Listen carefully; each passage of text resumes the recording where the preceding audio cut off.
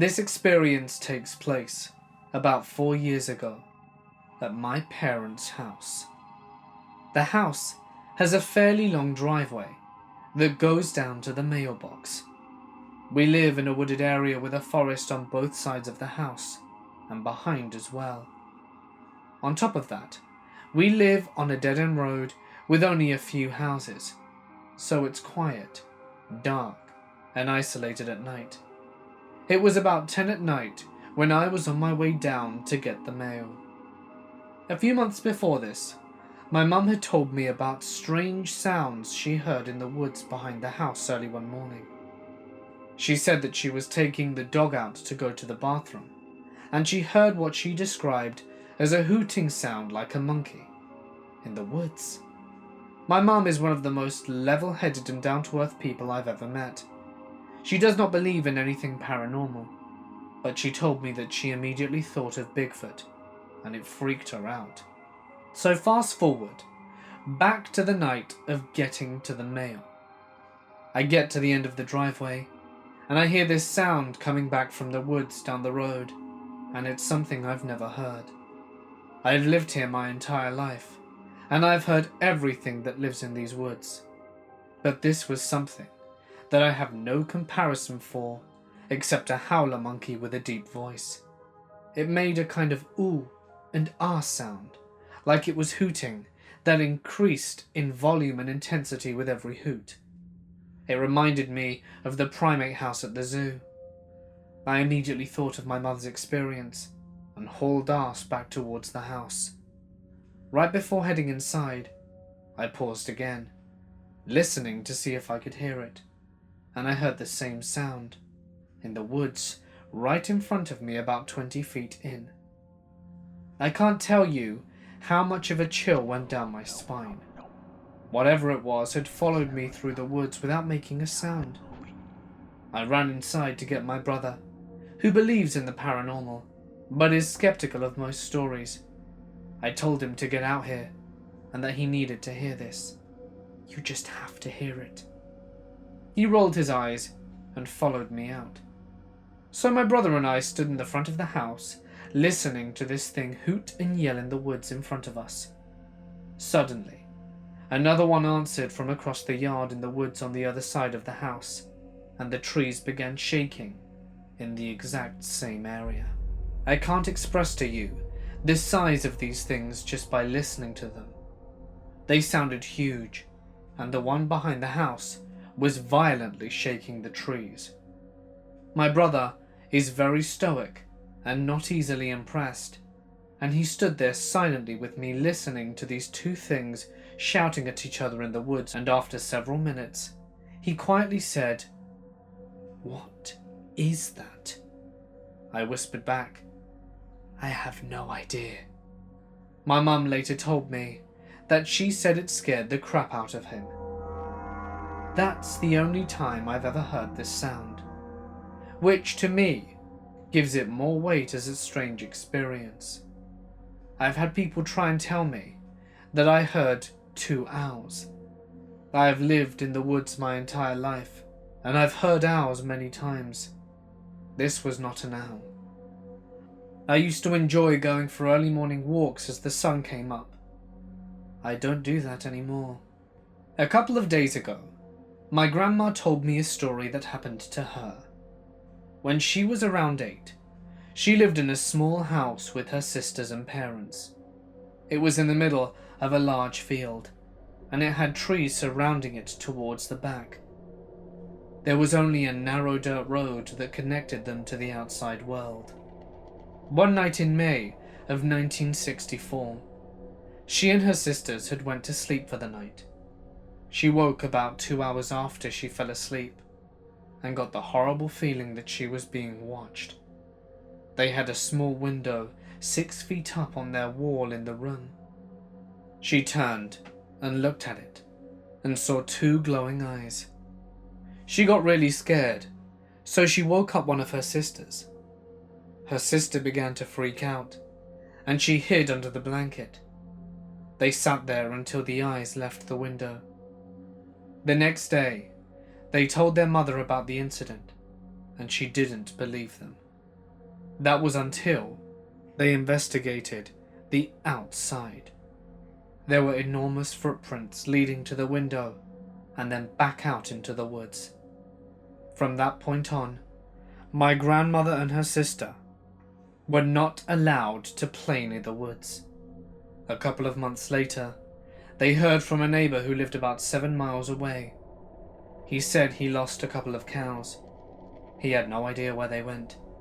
There was no blood or body, and the fence was undamaged.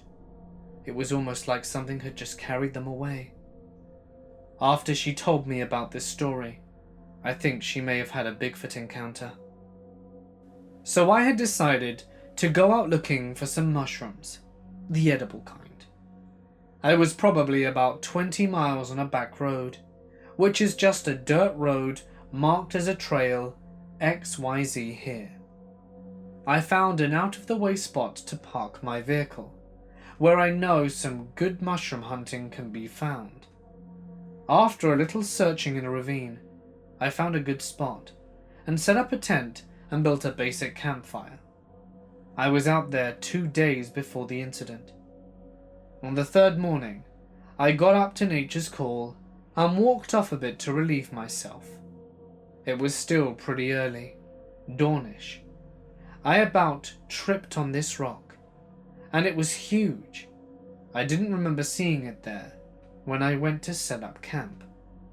I got an odd feeling, because there were similar sized rocks all touching each other. The reptile part of my brain was screaming, so I went and got my flashlight to check out these rocks. They formed, as far as I could tell, a perfect circle around my campsite. From memory, I'd say it was about a 15 to 20 foot diameter ring. I paced it off. The thing is, I could barely make these rocks budge. Sure, I could lift one, maybe just a few inches, but move them? No. They were about knee high. Some of them had to be in over 100-meter range. In a moment of crystal clarity, I realized that if crap hit the fan, my vehicle would be found, but I wouldn't be. I don't think I've broken camp quite so quickly. I didn't even get the few mushrooms I had collected. I figured it would be better to leave them for whatever left me the ring of stones. I was such deeply troubled by this that I have not spent one night in the woods in the 5 or so years since this happened. A lot of people think I'm making this up, but it happened. I have my theories as to what it was. One, I can't talk about, because it has to do with Native American beliefs, of which I am one. But the other I will. As far as I know, Sasquatch has never been sighted in my area. I mean, we have the Fouquet monster, but that's a couple of hours south of me. I've heard some stories when I was younger, around the hunting campfire, that there is something big living in the mountainous parts of Arkansas. These were old men telling the story 20 years ago. They say in turn that they saw the creature or heard them in their youth. One even talked about hearing roaring around his hunting cabin and a loud crash. The next day, most of the young trees had been splintered or pulled up, so I 100% believe that there is something out there. Stories of the Alaskan Bushmen, or Tornets, have been told since the first humans crossed the Bering Land Bridge. In the beginning, the story goes the Inuit and Tornets lived peacefully in villages near each other and shared common hunting ground. The Inuit people often built and used kayaks for hunting, while the Tornets were unable to master the building of kayaks. They were very aware of the advantages of having and using one. One story goes that a young Tornet borrowed a young Inuit's kayak without permission and damaged the bottom of it. The young Inuit became very angry and stabbed the Tornet in the nape of the neck while he was sleeping, killing him. The rest of the Tornets feared that they too would be killed by the Inuit and fled the country, rarely to be seen again. Since that time, many stories have come out of the bush of hunters disappearing, later found dead and mangled, or never seen again. Apparently, hunters and the Tornets no longer peacefully shared common ground. Every spring, my family and the Panillo clan, a Hawaiian family we were very close to, would pack up and head to Willow for a week to fish for salmon in the Deshka and Little Sustinna rivers. One particularly rainy and cold spring, my father, brother and I were pulling in salmon after salmon when a nasty, skunky, musty smell floated towards us. It suddenly dawned on me that most of the other fishing families had quietly and quickly disappeared. Mr. Panillo always fished with a shotgun by his side.